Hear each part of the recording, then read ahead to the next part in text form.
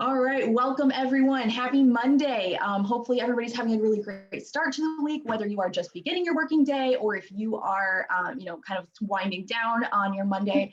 We're so happy that you came to join us. Welcome to another amazing Power to Fly chat.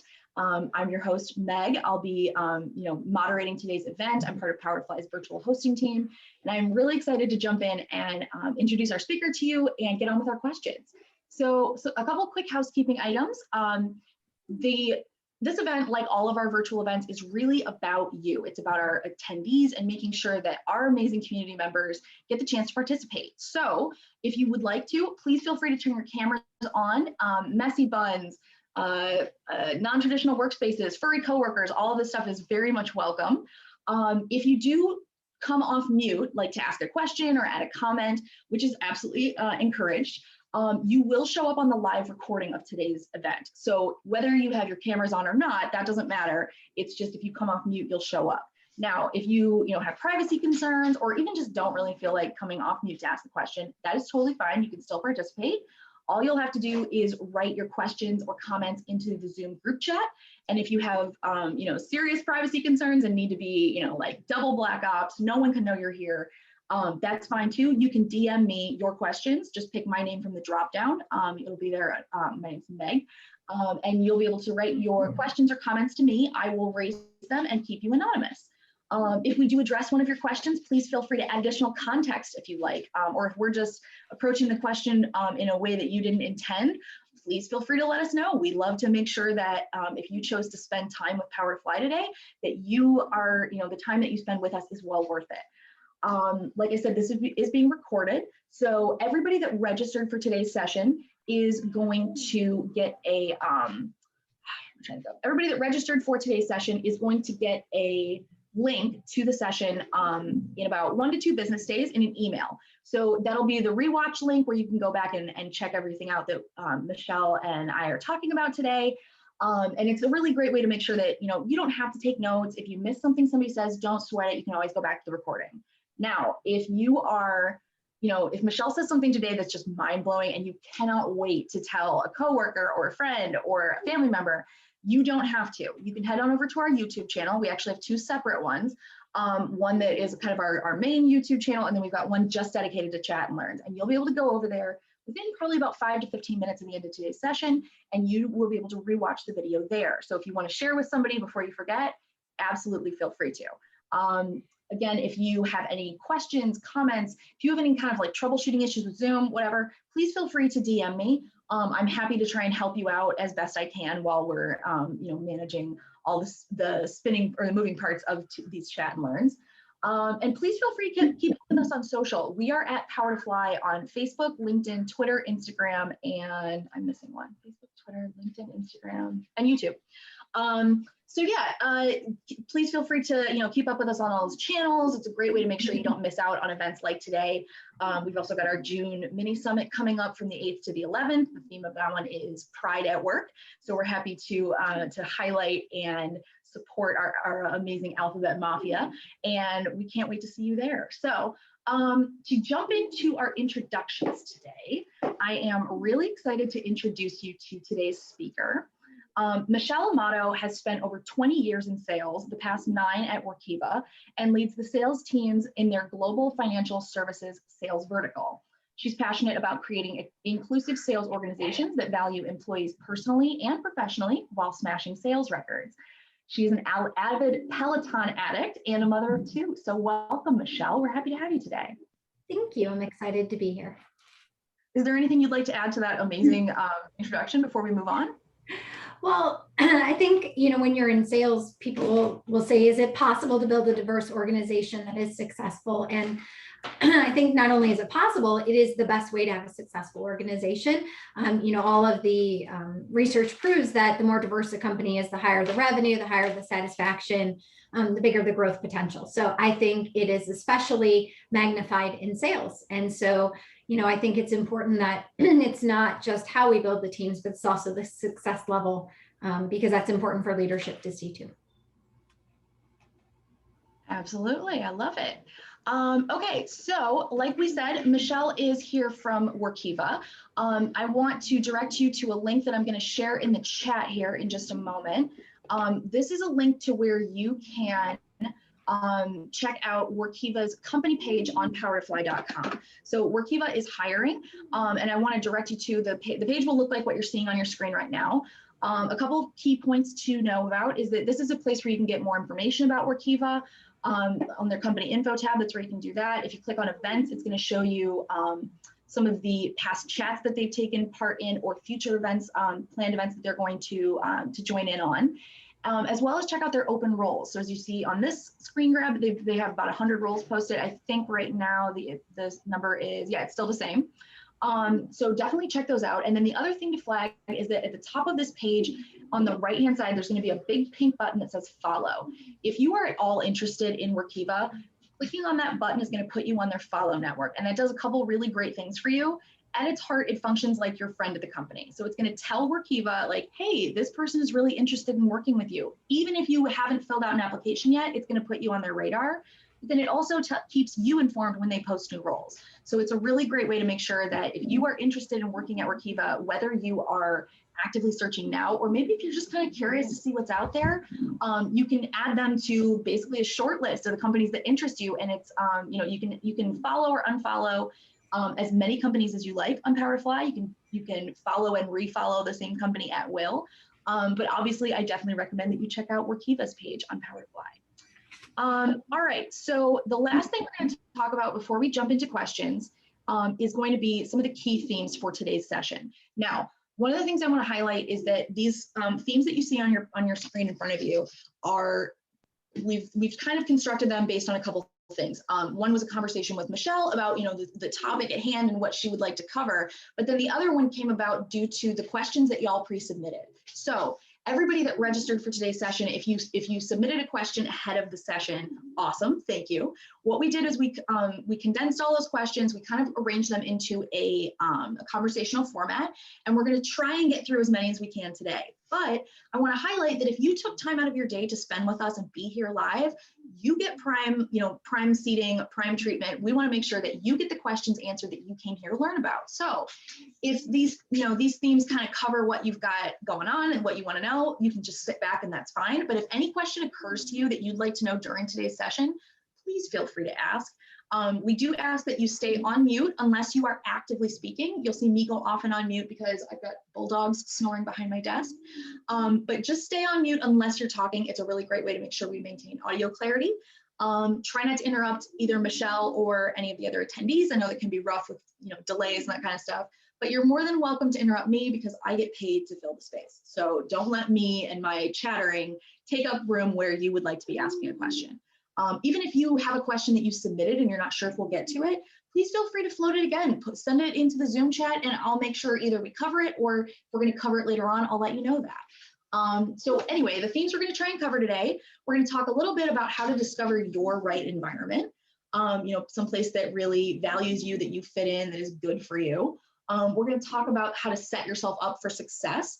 And not, create or passively allow these, kind of stumbling blocks to occur. And then the last thing we're going to try and go over is what advocating for others looks like. Because obviously, making sure that you're in the right place is awesome. But if you're not also thinking about the rest of the people on your team, that's a really great way to create a toxic environment. So we're going to talk a little bit about looking out, once you think you're in the right spot, what you can do to make sure that the environment that you're in or the environment that you're cultivating is useful to others as well and helpful. All right, so Michelle, let's dive into our first question. This one I really thought was pretty interesting. This person said, how do you find your right environment? How do we identify which one is right for us? And this question really resonated with me because for so long, I worked the jobs I could get. I jumped around to industries because I graduated in 2008 into a terrible job market, and that's all I could do. So for the longest time, I never really thought about what was right for me because it was just any port in a storm. So if people are from a similar background, or even if they're just starting out, how do you know what you should be looking for, what the right fit is for you? I think one of the most important things to do is to have a list of priorities. So everybody's going to have things that rank higher than others, right? For some, it is money. They want to know how can they make the absolute most.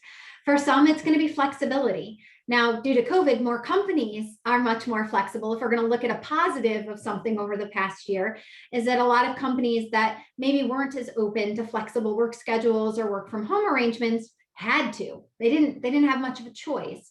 So a flexible work schedule may be something that you're looking for. And a lot more companies than I would have ever thought in the past are actually keeping them in place because they found they're good for business and also good to attract talent. Like it's good on both sides. So it's really important to understand what it is that's your motivation. And knowing the first few you go through may not all line up. Nothing ends up being perfect. But the more honest you can be with yourself of the way that you rank them, then you can target as you're networking, which is. So sorry, Michelle, I just got you coming off of mute. If you can unmute yourself again, that would be great. I'm so sorry. No problem. I just think it becomes really important that you that when you network, and networking is really how you find out about what companies and places you want to be, is you talk to others about it. What's your experience there? And one of the things I learned way back in my career was you always take the conversation. It can be easy to say, I don't know anything about that industry. I don't know anything about that. Don't self-select yourself out. Others will do that to you plenty. Take the time yourself to understand the why. The company I'm at right now was a conversation. If you had asked me originally, would I have taken it? I only took the meeting because you take every meeting. But I couldn't understand why a technology company would want to talk to someone with a financial services background. And yet I found my right spot. So the more conversations you have and the more clarity you can have when you talk to people is, this is what matters for me. Is that what your company is like? Or do you have any vendors like that? Or are you working with other companies that way? Then other people become your advocates too. That's a really great point to consider. Yeah. Making sure that, you're kind of taking a larger look at the organization. That's awesome.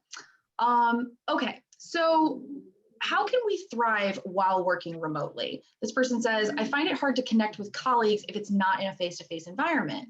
And I also struggled with this when I first started working with Power to Fly, because we're entirely remote and distributed. So, it was 8 months, I think, into my tenure with them before I ever met in person another coworker, let alone, the person that hired me. So, if you know that you really do need that face-to-face environment, is there any way to try and, kind of replicate that while working remotely? There's a lot of things you can do. You can, look for, a lot of companies have Slack channels, or they have different ways that allow the employees to interact with those with the same type of, interests that they have. I mentioned at the beginning, I am addicted to my Peloton. I am addicted to my Orange Theory. I'm heavy on wellness. Like that's a big piece for me. So what we do at our company is we have monthly global Peloton rides. And so we rotate what the different themes are, and you can ride with people in Germany, and I can ride with people in APAC, and then we compare what we have our different pieces, and you look at, well, how many miles did everybody get in that month? We find ways to connect on other levels. And then once you're connecting that way, then it's easier to kind of start talking more about business, because, well, what else are you doing in the office? You now have something you can break the ice with. So finding those type of things. We've held virtual happy hours.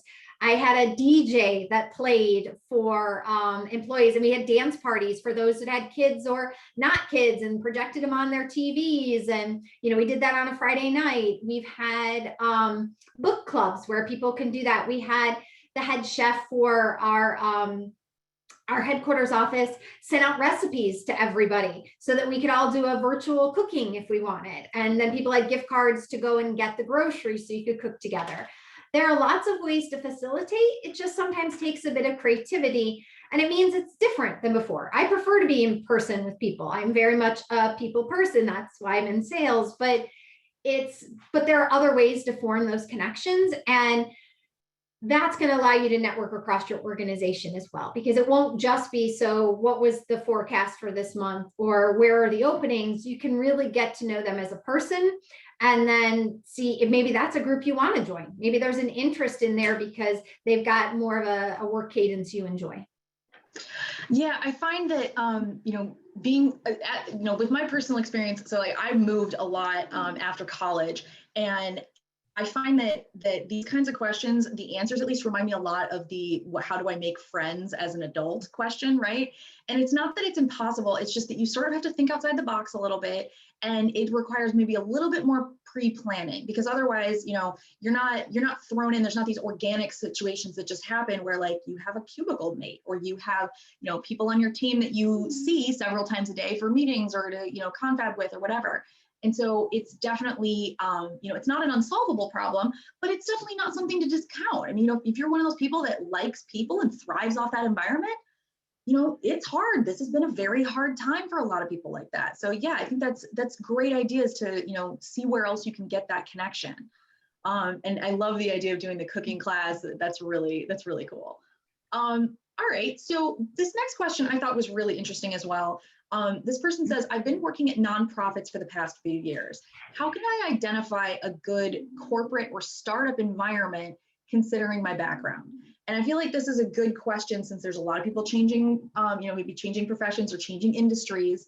How is there like a key to making that switch, or to really identifying from the face when you haven't been inside an organization what it's like? So I think now is actually a very good time when people are looking to change, especially from non-for-profit, because one of the biggest pieces in the news is ESG, which is environmental, social, and corporate governance. So what that means is a lot of companies, especially public companies, are looking for ways to be better social citizens. They want to have greater social responsibility. They're looking for what their social impact is. They're now creating reports and documenting this, and they're making programs. And when I switched industries and I went from financial services to a software company, I found a company that wanted to focus in financial services and didn't have that expertise. So I could take something I knew well and bring it into technology, because most of us, we've spent, everything is done with technology. We're on computers, we have our phones, we have our smartwatches. I mean, I don't think I could get anywhere and not be impacted by technology. I think the biggest piece with that is to find how your skill set relates to what they want to accomplish. And given right now the heavy focus in social responsibility and being global citizens allows for a lot more opportunities in companies that maybe you wouldn't have seen before. So I do think it's an excellent opportunity. And there's so much information online that you can pull up on ESG. If that is specific, going from non-for-profit to a for-profit company, you can just Google it and you'll find everywhere from the big four, like the Deloittes and KPMGs, to find universities on it. Like everybody's got their own opinion on how this is going to be impacted. But what the companies are looking for is somebody who can help them understand how they can both be profitable and a good citizen. And it is possible to do both, but you have to be able to look at a more holistic picture. Yeah, and I think that's a really good point. It's a great place to start. Personally, it wasn't until I started working at Power to Fly that I realized like a company with a message or a mission that I really connected with is really important to me, because I'd never had that before. And so it was, really important. But I think that it's really interesting to see, especially when you can look at those environmental impact things. The other thing that I like to look at is what their ERGs are like. Some people, some companies for their, in college we call them their philanthropies, but whatever their personal kind of pet project is, or the thing that they do to give back to the community, I like to keep an eye on that, because is it something that's, that's really a closely held thing? Do they make it a priority, or is it like just sort of ticking a box? It's an afterthought. Yes, we did it. Now we don't have to worry about it again until next year. That's the kind of thing that really sticks out to me. And it's also something that you can ask about in a job interview. Whereas if you try and ask, like, well, what's your culture like? Yeah, you'll get a good answer, but it may or may not be a little bit, I don't remember how my mom says, I think the elevated truth is what she calls it. So yeah, it's important to keep an eye on. We do have a question that came up in the chat that I want to touch on. I'm not going to pronounce your name right. I'm so sorry. I'm guessing Kuhn. It's Q-U-N-Y-H, or sorry, Q-U-Y-N-H. Would you like to come off mute and ask your question? Yeah, it's Win. It's Thank you. I'm so sorry. No, you're fine. That's a good guess. But thank you so much for organizing this, and thanks, Michelle, for coming on. So when you were talking about remote work, so what I'm trying to do with I'm trying to break into the tech industry, and I would definitely I'm interested in something that, you know, working with people related instead of like the very techie role. And I am interested in what you're thinking about, like if I work the remote work, but because I'm from Vietnam, hence the name, if I decided to live in Vietnam for a couple months out of the year, I would be 13 hours ahead of the US. And I want to work with people, and I don't know how that's going to work if I have, you know, I wouldn't be able to attend meetings like this because it's 2 a.m. over there right now. Well, that's actually an excellent question. And I work with global teams. So we have offices in APAC and EMEA. And so I do my calls with Singapore at about 9 p.m. at night. And I do my calls with our London office, usually about 6 a.m. in the morning. Do not do those daily. But one of the things with being more of a, you know, having more of a global opinion is that there are a lot of companies that are looking for people that can work in other offices, right? When we were starting to build our offices in Hong Kong and in Sydney, we were looking for people who were flexible in the times that they wanted to work, because even if you were working from Hong Kong, you may be covering people in Singapore and some of the others, which meant you either had an early start or a later end, because time differences, right? Really, you know, even if they call it Asia Pacific, there are really long flights over there too, and huge time differences. So I do think it's important, but I also think it is possible with companies that are especially looking for growth, is that there's a lot of flexibility. I have 4 or 5 people who have relocated actually over there because that was where their passion lied and where they wanted to be a part of a forefront of building a new area. So I do think there's a lot of possibilities that you'll find US companies that are over there and vice versa, companies that are covering over here. And there's lots of opportunities outside of traditional tech. Like there's customer service roles, and there's sales roles, and there's marketing roles. You can work for a technology company, as I do, and nobody wants me to code, trust me. My SQL skills are subpar. But you can still be in high tech and high growth and be in another part of the business. So I think there's a lot of opportunity. Thank you so much. You're welcome. Thank you for taking that, Michelle. So I think that's a really good point, is that, you know, if you're looking at, you know, kind of spreading yourself across time zones or whatever, there are definitely company cultures that will flex with that. And sometimes it's less of a, you know, less of an accommodation on your, like solely on your end, and more of something that you can kind of come to an agreement together between you and your team. This is a really good kind of time to address maybe the difference between the company culture and team culture. So is there any way to either, you know, kind of spot that as early as you can, you know, where maybe the company culture is super great, but the team that you would be joining doesn't really mirror those kinds of ideals? You know, the idea that you're looking for a company culture, that is a good fit for you, can already be kind of daunting, right? Because you're just not sure. It's like a first date. People tend to give the best versions of themselves. So is this really a great fit for you? How do you address that if there's a difference between company and team culture? I'm proactive in addressing it. So on my teams, if someone is interviewing up my organization, I'm insistent that outside of the interviews, they need to talk with people on the teams, and we arrange those calls. And some of the calls will be with no prep on the reps side on our company, because I don't want them to come in with pat responses. I want the interviewee to be able to ask them whatever they want.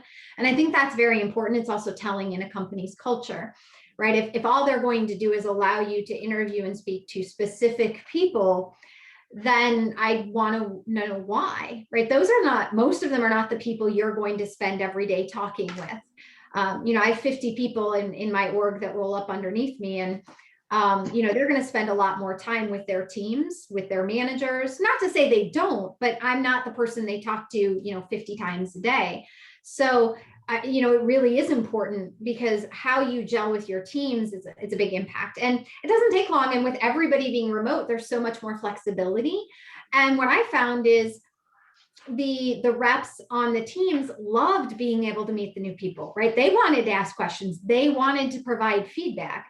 It was a win-win on both. Not that they interrogated, they didn't, but then the new person who we were trying to hire, they felt comfortable. They wanted to come in. They couldn't imagine not being a part of that company, because so many people were welcoming to them. That I think is something that if they aren't doing, I would ask, right? Well, can I talk to some people on the teams? Could you give me a list and I pick? Right? What you don't want is that they tell you these are the only people you talk to. That to me is a red flag. You can also go onto LinkedIn, right, and pull up the company. And I would email a few people off the list too, direct contact. Hey, I'm interviewing at this company. Just wondering, what are your thoughts of it? Or I'm researching your company. Could you give me some background? What you really want is people who would otherwise aren't the ones that always get put right in front of you. Yeah, I love that. I think you're right. It's very telling if they're like, oh yeah, totally. Speak to these two people. That's it. That's all. Don't believe what this person says. It's fine. Don't worry about it. Yeah. All right. So how can candidates get to that next step position that will challenge them and really show their potential if some of their previous experiences don't show that? I found this question really interesting, because if you're looking for a place where you can grow, but you don't have that like obvious pattern of growth behind you, it can be really, really hard to both find the company that's going to allow you to grow and convince them that this is, where you would like to be headed. I think it's looking for stretch assignments. So it's something that allows you that one step up. It's unlikely to be ideal across the board, right? Because you're looking for a company that's going to take a chance as you're taking, right? If you're going into the unknown, it's a risk on your side, it's a risk on their side. I have found technology companies being a lot more open for that, right? I also find that the more you're confident in what you have, so I've heard from, and I've had executive coaching and lots of things where some people are like, oh, that's when you take a step back. I disagree. And I think there's a value to all of the work that you've done. And there is a value to that. And it's how you present that value and why that is what's going to make you successful in the next role that matters. If you're looking at a company that's a different type of company than you've been at, well, what do they do that your skill set supports? Right? If you're in sales is supported across the board. If you're in technology, it may be a different type, but it's still selling to the same type of personas, or maybe it's, marketing it in a different area. You want to look at why what you can do paired together with what they're looking to achieve is better than them just sticking in one side. And I think the more you can articulate that, the easier it gets. And I do think startups tend to lean more to that as well. They're looking for people who are hungry and driven and want to get in there and do it. The important part is to be able to sell yourself. If you doubt you can do it, then they're not going to have the confidence. But if you believe you can, the business case you present to them of why you belong in there is what's going to matter. I tend to hire and lean more into people who've been referred into me by others than necessarily every other piece that lies into their background, because they're advocating for them. That is stronger than, to me, anything all written on the paper. So just something to keep in mind. Yeah, I think that's a really good thing to flag, is that different people look at different things.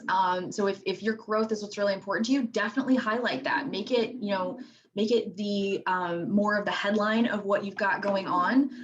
When I was still in talent sourcing, like what people kind of shouted from the rooftops is what we absolutely could not miss. So, don't make it like a throwaway line in your resume, but make it, more of the point of what you're trying to find, or the opportunities that you're looking for. All right. So we also have another question in the chat. Erica is asking, how open are you personally to receiving emails from people in LinkedIn asking about roles? And I think this is a good question, because there are a lot of people who might not have anything to do with the actual hiring at their company, but they're the person that, maybe like, let's use me, for example, that I could connect with if I wanted to go into sales and say, hey, like, I see that you're kicking butt at Workiva and I really think it's interesting. Could we talk about this? Obviously, you can only give your personal opinion, but what do you think about, outreach attempts like that? So outreach is for networking. I respond to as many as I possibly can.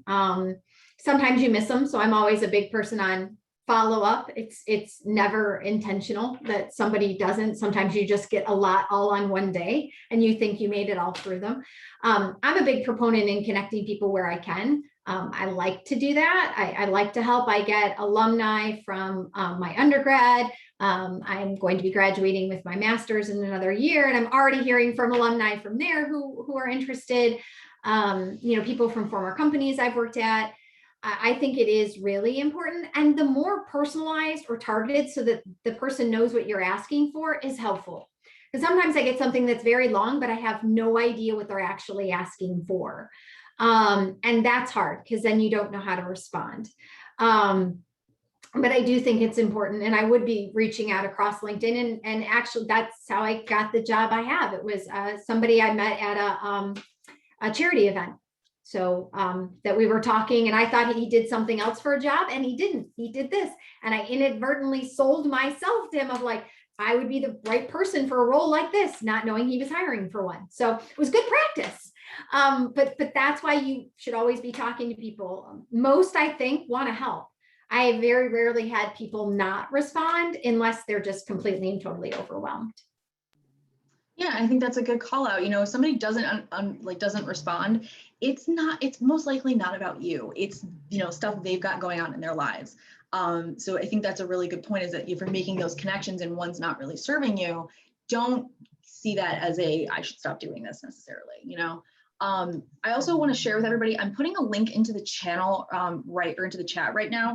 It is going to lead you to a search of our past chats on powertofly.com. If you are interested in hearing more chats about, like the way to do these LinkedIn connections, ways to reach out and get, referrals or make connections and network with people, definitely take a look at this list. There's some really great chats on here. And also the one that's at the top of the list is talking about demonstrating your experience when the hiring manager is doubting you. So I sat in on that one. It's a really great chat. So if this is, especially if you had if you're the person that had that last question about talking about trying to showcase your growth, absolutely check that one out. All right, so moving on to some of our other questions. This person had written in saying, is it a good idea to stay working for a company that does not share any of your values, or do you recommend changing jobs until you find the right fit? Basically what they want to know is, when is it time to settle? Because it can be, I love your idea of having like a checklist, of like, these are the things that I really want. But some people's checklist kind of results in a unicorn situation, right? Like, I want to get paid to pet puppies all day and make my own hours and also have a 6-day weekend. So, how does that work out? How would you address this question? Well, first, I think you have to have a priorities list. I mean, nobody gets everything on their list unless you're like, Angelina Jolie or something. Maybe she gets everything. I certainly don't get everything on my list. So I think it's important to be realistic, but also to set the goals, right? I don't think you should be staying somewhere that doesn't meet any of your needs, but also I think a knee-jerk reaction of quitting a job without anything to do is not a good way to keep the lights on. And I'm a fan of, having a roof and lights and food in the refrigerator. So I do think that there's a balanced way to do so, which could be, this may not be the right spot, but what could I pivot from here to do? Is there something else at the company? Are they looking to change, but just don't know how, right? Is it something where their communication is in need of help? So maybe is it joining their DE&I initiatives and helping make the change you want? Or is it that the company isn't going to get there and you do need to be looking, but where do you look that's kind of, tangential to where you are that would allow for a logical jump up, right? And I do think that's important. That's why it's so important to be networking and talking to people, even when they're on Zoom, even when it's on LinkedIn, and why you're activating your network to let people know what you're looking for. The better and the more you do that, the more likely you're going to start to find those roles. And maybe roles you've never identified. By knowing what you care about doesn't mean you have to have a specific job role in mind. I would have not guessed. If you would ask me 10 years ago if I was going to be working in a technology company, I would have been like, no. And yet I am, and I love it. So, it's important to have a lot of, openness around what could that picture look like. Yeah, I absolutely love that. I think you're right. It's important to know what you're looking for, but it's also important to know how important some of those wants are. For me, I have like, that checklist of like things that I really want in a company, but I also have them ranked. So like, if I can't have my number 1 and 2, but I get 3 through 10, maybe that's fine. Maybe that's a great thing. Maybe, but if I get, find a company that's going to get me those, number 1 and number 2, wants, and it's not going to pay me enough to live, maybe I have to make tough choices, and maybe that's just not really the right opening for me. So I think that's a really good point. And also I want to highlight something that we didn't really address on this, but like the question talked about if the company doesn't share any of your values. I think maybe that's a different question than like if you were working for a company that is kind of soul sucking, or like there's a, it's not just, I don't love the things that they're doing here. If it's more like, this is bad, or I really feel guilty for helping work with this. I mean, I did this. I have worked for a company that I maybe at the start didn't quite realize what I was getting myself into, but I worked in an asbestos litigation firm. I was literally working for like attorneys that were trying to keep people from getting health insurance benefits for damage that their products had caused these people. Like, I literally was working for like kind of the evil corporation, and I didn't realize it. And once I did, I was like, oh, that's why I really don't like this job. That's why I'm not very happy here.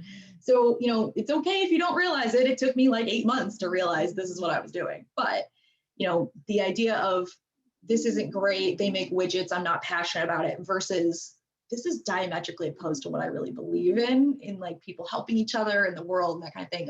They're very different questions. And I like, Michelle, thank you for highlighting that, sometimes you don't have a choice. A lot of us are not as privileged or even just as resourced to be able to say, this isn't working, I have to go do something else, and just say, all right, we'll figure it out as we go. All right. So this person in the chat is asking a question. Sumaya wants to know, if I'm starting from 0 ideas and experience about different industries and fields, and I want to try everything to know what fit, but don't go on, series commitment, like a series of commitments and contracts, how can you get an idea of where you fit if you are new to the job force? So one of the ways to do that, because job hopping, that many job hops might be mind-blowing and difficult to keep all your W-2s in line, but you might want to look at talking with a career coach. So somebody that can help based on your strengths and interests. Where would you most likely find success, at least to start narrowing it down a bit, right? Where could you intern if you're just coming out of school, right? What are some types of industries or careers that could allow you to get some exposure and experience to make that type of a more informed decision? And I think that's a good time with having a career coach, which is different than later on if you're looking, well, where do I take my career now? And may want to consider an executive coach at that point. That's where you're focused, but you're not sure how to get there. Career coach, and a lot of universities offer them complimentary for their grads. So the nice thing is those tend to be free. If they're not, you can also look, there are different ones that do it for a fee or that, again, depending on how much support you need. But not having any idea, you probably need someone to help you guide, because you don't want to go from zookeeper to banker to like coding in 1 week. That would be crazy. So you would need a little guidance. I think that's a good call out. And I personally didn't do this, but I have a lot of friends that did. They worked for staffing agencies and told them like, hey, so I have used staffing agencies before, but I was a paralegal. So like, that's all the information I gave them. But I have friends that worked for staffing agencies and said, hey, I'm interested in like general admin, maybe a little bit of bookkeeping. Can I try this? Can I try that? And that's a really great way to get to test out a bunch of different roles without having to jump to different, all these different companies and find what might fit you and what might not, having to feel weird about putting that on your resume. You can just say, well, I worked for this company and these are some of the areas of the experience that I gained. So that's a really great way, especially if you're just starting out, get some basic money and get a lot of, exposure to different jobs. I think that's a good way to go. I didn't do it. I wish I had, but it is a good thing that you can kind of take advantage of. All right. This person, and the other thing I want to highlight for y'all is we only have 20 minutes left in the chat. These things go really quickly. So if you do have questions that you want to ask, please make sure you submit them. You can come off mute to ask, you can put them in the chat, you can DM them to me.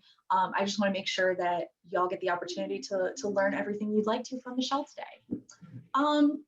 All right, so this person says, as an older job seeker, almost 50, I left a large company after almost 20 years to become a small business owner and have done that for the last 6. Now I'm looking to return to a corporate position and things have obviously changed quite a bit. Could you share some insight on finding a good fit at this time of life? So I like this question because it addresses both like a career break, being an entrepreneur, and then trying to go back into, working for someone else, as well as the idea of ageism within the workforce or within the job search. So how would you tackle this question? Well, a couple of things. One, I think it would also depend on, was the company that they left and the business that they created, were they similar to each other? And is that an industry they want to go into? Meaning, were they in marketing at a large company? They did their own boutique marketing firm and then went into it. Or were they in marketing and then they had a business where they, did parrot pet services and now they want to get back into marketing? Because those are two very different transitions to come. Is what you are doing applicable to what you're going into? And that's easier to talk about in an interview, right? I liked it so much I decided to take a break and do it on my own, right? Like I wanted to work for myself for a bit. That's easy. It's harder when you spin a business that is very different than what you were doing prior and different than what you want to go into. At that point, it becomes more of, well, how do you take this and put the right packaging, and how do you have the right conversations? That's the time I would consider more leveraging like an executive coach, is how do I take 30 years worth of experience and make sure I'm presenting myself appropriately? Because one of the things we can do is we can discount some of our experience if it's left to ourselves. I can use an example. The first time I had somebody do my resume, which was only, 5 years ago, I was debating at that point to go to grad school. It took me a couple more years to actually pull the trigger. I gave it to my exec coach to review, and she's like, I thought you were good at sales. It's like, I'm good at sales. And she's like, never know it by reading this. And that was a bit eye-opening to remind myself that we are not all good at the same thing. And I was not very good at selling myself on a resume. I was great in person, right? Which is why I was getting jobs and doing all that. But I thought it was bragging to list stuff. I wasn't sure all that you put on there. I put more what the teams would do and what we hit here, but it wasn't specific to me. And I think that tends to happen more often too, is we may be our own worst critic, right? We pull stuff out. And I think if you've had that type of career, that's the point that it's worth having somebody who does this as a profession look at it and say, you know what, this is the right stuff, or you're missing some things. This experience needs to go here. I've seen it with some friends who are transitioning out of the military and switching, and they're like, oh, well, I did this. I'm like, you ran like billions of dollars worth of software. It's hard to say you don't have software experience, right? But they were discounting it. So I do think that it's important that you have somebody else help a bit with that. Again, if there are placement agencies that offer the services, you can use your former schools. The grad school that I'm at offers it for free for students and for alum. And then there's also, of course, independents that do it as well. But I do think there are times that getting a second pair of eyes and ears are better, and that's one of them. So sorry, I lost track of my mute button there. Wynn, would you like to come off mute and ask your question? Yes, thank you. It's me again.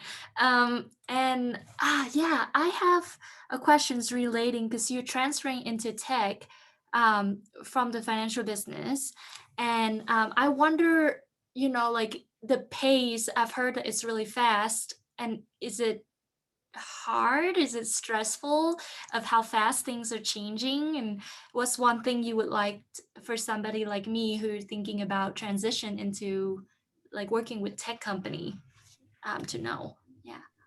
I think technology is fast paced, but I am fairly fast paced. So for me, it's a pretty good match. I wouldn't say that everybody is fast paced that is in it. One of the best things about how much access you have to information is there's tons that you can review, right? If you want to get up to speed, you can be looking across news sources, right? And use a variety of them. Don't focus in on one, right? You need a variety that are going to give you, non-biased opinions to say, here's where people are focused in on, or here's the trends, and find something that's of interest to you. It could be Starlink. Maybe you're into, what Elon Musk is doing and the idea of having a galactic internet, or maybe it's you're really passionate about communication and the change that Zoom made in the industry over the past year. There's a lot of different ways that people can define where technology stops and starts, and you can find one that works for you, that drives your passion. And even media outlets, like USA Today, they've got a lot more online presence and podcasts and all kinds of things that really get people excited. I met someone who has a podcast, and it's called The Sneak. It's one of my favorites. And I didn't know how at first that tied into what he does with, managing the different papers and everything else, and how all this ties together. It's outside of my wheelhouse, but it's fascinating. So you can even be in media and have it tied to technology. There's so many things you can do that I think makes it an option for a lot of people, maybe outside of what you would have previously thought. I love that. Wynn, did you have any follow-up to that? No, yeah, I think I'm just gonna go, and I love podcasts, so I'm gonna go and try to follow some podcasts. You like true crime? Everybody needs their own disconnect. That's mine. Yes, I love true crime too. Oh my God, yes. Murderino from way back. This is amazing. I'm all about the true crime podcast. Yeah, you can just listen to it when you're doing everything. Yeah, I have to. It's crazy. Kind of freaked out my family a bit. They thought someone else was in the room. I'm like, no, it's just the podcast. Oh yeah. It's like when I made my husband take me to see Gone Girl in theaters. We left and he was a little bit afraid of me for several days. And I was like, yes, you feel that fear. All right, we've got some really great stuff happening in the chat right now. Kate had shared a really great resource called Brag Better. It's a book called Brag Better, Master the Art of Fearless Self-Promotion by Meredith Feynman. It totally reminds me of that just completely hackneyed Yogi Berra quote that it's not bragging if you've done it. So if you're just telling somebody what you've accomplished or what you've done and not glossing it up and churching it up and making it a little bit bigger than it really was, that's not bragging. You're just telling somebody where you stand on something, what kind of experience you have. And I think that's a really great way to sort of make that mental shift, especially since as women, we're not really, socialized to brag about ourselves. We're socialized to be team players and, highlight the collective and really, do that teamwork angle. And it's just, not something that we are necessarily very geared to do from the beginning or set up to know how to do correctly. We have another question that came in the chat. This person said, I've only worked for small and medium-sized companies, like between a little less than 500 employees. But looking at joining a large company next, something in the 5 to 10,000 range. The problem is many large companies only want people who have large company experience. Do you think this is a real bias that exists? And if so, are there ways to overcome it? Now, I've never encountered this or heard this from hiring managers before, but it's not to say that it doesn't exist maybe at the company that you're looking to go into. Michelle, how would you address this? I came from really big firms before I came to a small firm, but I'm not as aware of that. But I can use an example of one of my learning team members in my cohort for my MBA program, and he was very focused on wanting to go to Facebook. He was one of the ones I mentioned was transitioning out of the military. And he had several interviews, and a couple times that he didn't get the job, but he was very focused. He wanted to go to Facebook, and Facebook is very different than the Marines, if you knew, but it is. But this is where he was determined he was going to go. Don't say. Yeah, just slightly different. He's going to be so thrilled when he finds out. I'm sure someone from my cohort who will have listened will tell him, but I will just not use this. Hello. So he wanted to join Facebook, but he was networking on LinkedIn. He was talking to people that were at Facebook, right? He did multiple interviews there. And so I think the big difference wasn't that he wasn't coming from a big company. I mean, technically, I think the military would be our biggest employer in the US. But what it was is that your connections matter. So if you want to get into a large company, who can you network with there? Who can get your resume on the right desks? Who can help you get a presence there? Who knows where people are going to be looking to hire and can connect you to the right people? Like, I think if you really want to get into, I use the example of Facebook, but it could be Google, it could be one of the others. There are a lot of people who work there. Do you know anyone in the areas you want to be in? Can they help you get a foot in the door?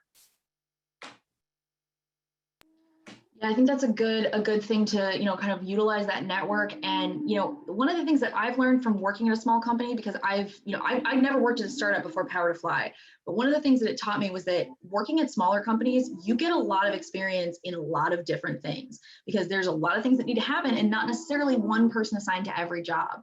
And so that might be something that's really great to highlight when you are looking at trying to convince somebody that you would be a good fit for a larger company, is to explain that, like, you know how to manage your time because you've had to, jump around to different tasks, or how to be proactive in finding solutions to problems because this is what you've had to do in previous roles. And there's, examples I'm sure you can provide of that. So I absolutely love the idea of, utilizing the past and making it, instead of starting off with the idea that maybe this company isn't going to want to look at you because you come from a smaller group, don't make it a problem unless they say it's a problem, I guess. And then once they do, personally, I've gone into interviews where somebody said, well, hey, why do you, your background's not very traditional for what we want for this role. And I've just said, like, oh, okay, could you explain like what you're actually looking for, or what about my background kind of makes me unsuitable? Because it's a great way to either get them to really explain and dial in and give you ideas of like, hey, we'd really like to see somebody with more sales experience, or, kind of highlight that maybe the things they thought they wanted aren't really required for that role. Or maybe, there's not a lot of really great reasons, kind of bolstering this idea of we really only want people from large companies. All right, so one of the ways we talked about kind of thriving in an organization, especially when we're addressing the, remote versus in person, was coming up with those hybrid ways to, to really meet the needs that you have, whether they're social needs or, communication needs or whatever. Are there any like kind of tried and true best practices that would encourage somebody to thrive in their environment? Some of the examples we kind of thought of were maybe networking or continuous learning and training. But are there, are these things that you should look for to, to kind of give you an idea of an environment that you might thrive in? Or is it something that, you should, you could, supply yourself or supplement your work environment? I think it's something you can also build yourself. So when I started at my company, we were a startup. We're now a public company, and we didn't have a women in sales org. Well, the women in sales were me and one other person. So we didn't have that size of a company or an organization. But what we did have was people who were willing to listen and to be good advocates, and it allowed us to grow it as we grew as a company. And I think that's important, is that if you're in the right place, you'll feel it. Like, I remember when I went on site and I interviewed and I met with our CEO, and at the point in time he was wearing flip-flops. And by the way, he does still wear flip-flops. He had flip-flops on shorts, and I was in a full-on, I was coming from financial services, suit and everything, and hair up in a bun, the whole thing. And it was one of the best meetings because it was so comfortable. I didn't want to leave. I wasn't even sure at that moment what I was going to be able to do there, But all I knew is that people were enjoying what they were doing. I walked in and people were happy and talking to each other and they were moving around. And then he said, I scared them all because they thought I was an attorney and they weren't sure why an attorney was coming in. But it was an environment that you just, like, to me, felt comfortable. And we've all had those type of meetings where sometimes you go in and you're like, this is a bit stilted. I'm not sure, maybe I need to meet more people. But sometimes you go in and you're just like, this is where I want to stay. And I remember flying home and then telling my family, I'm like, yeah, so I'm going to leave a hedge fund and I'm going to go to this startup and in technology. And guess what? I never have to wear a suit again. And I think they thought I was a little bit crazy. But sometimes taking those risks, because in my gut, it just felt like a place I could thrive. Does that mean it was perfect and everything was perfect all along the way? No. There is no place that is ever going to do everything. There's no utopia. But there are where people listen and say, you know what, this is something I'm going to work on and this is what I'm going to empower you to do. And so I also say it's important to look at your company and see, are they willing to move there with you, right? Are they willing to take those steps forward? And if they are, you know, that's a part of an org I want to be a part of. So, you know, it's not just, are they already where you want it to be, but are they moving there and are you going to get to be a part of the process too? Yeah, I love that.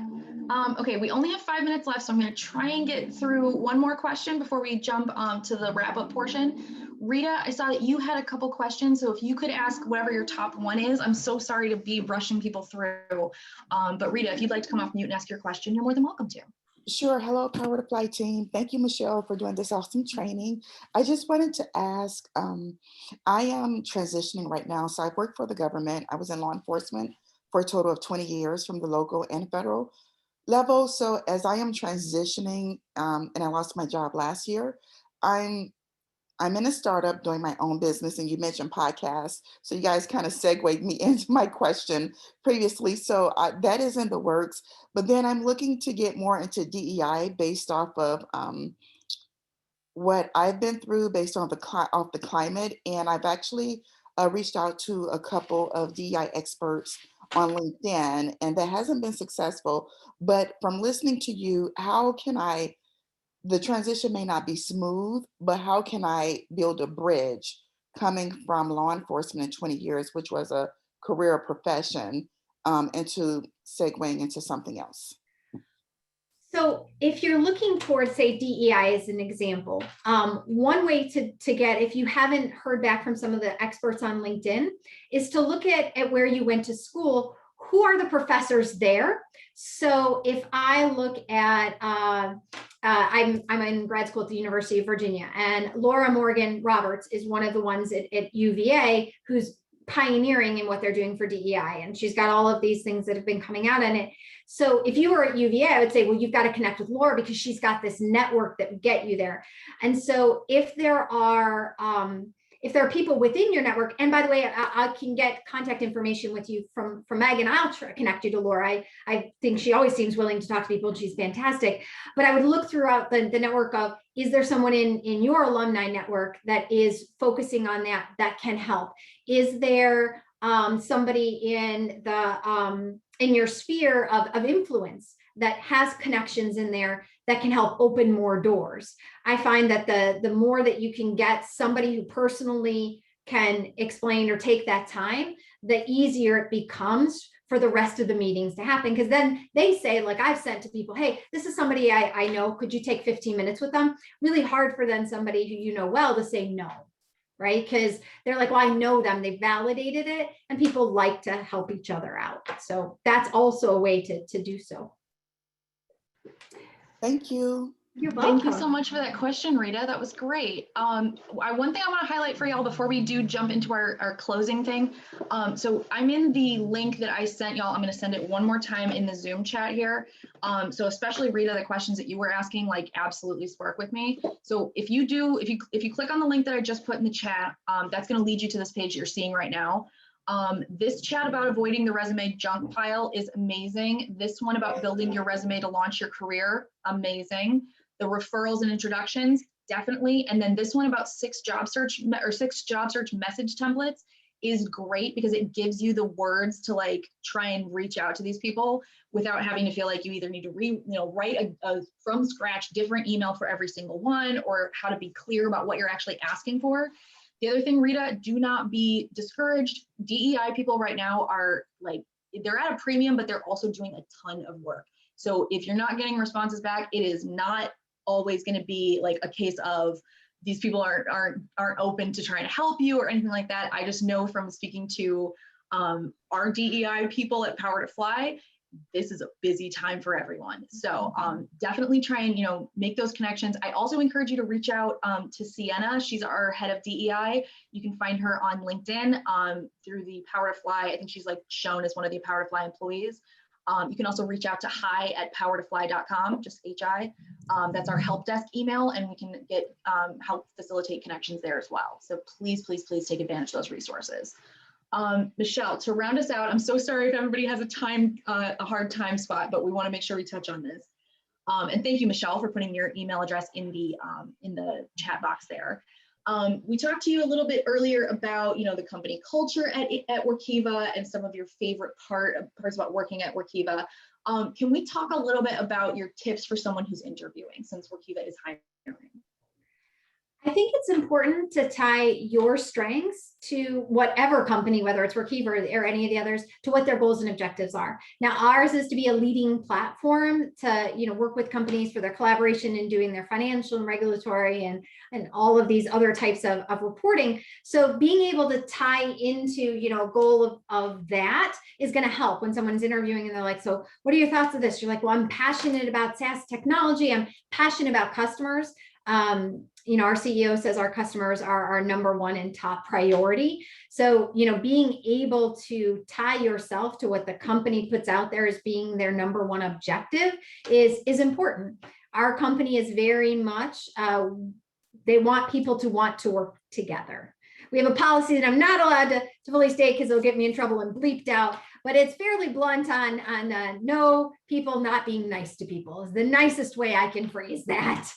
They very much believe that it should be an inclusive environment and that people should be comfortable working together from our CEO down. I love that. And you're right. It's one of those things where like, you don't want to tell people like, well, you have to be nice to work here. But like, if you have a company culture that's just like, it takes more effort to be mean. So why? Like, let's just work together. We're all on the same team kind of thing.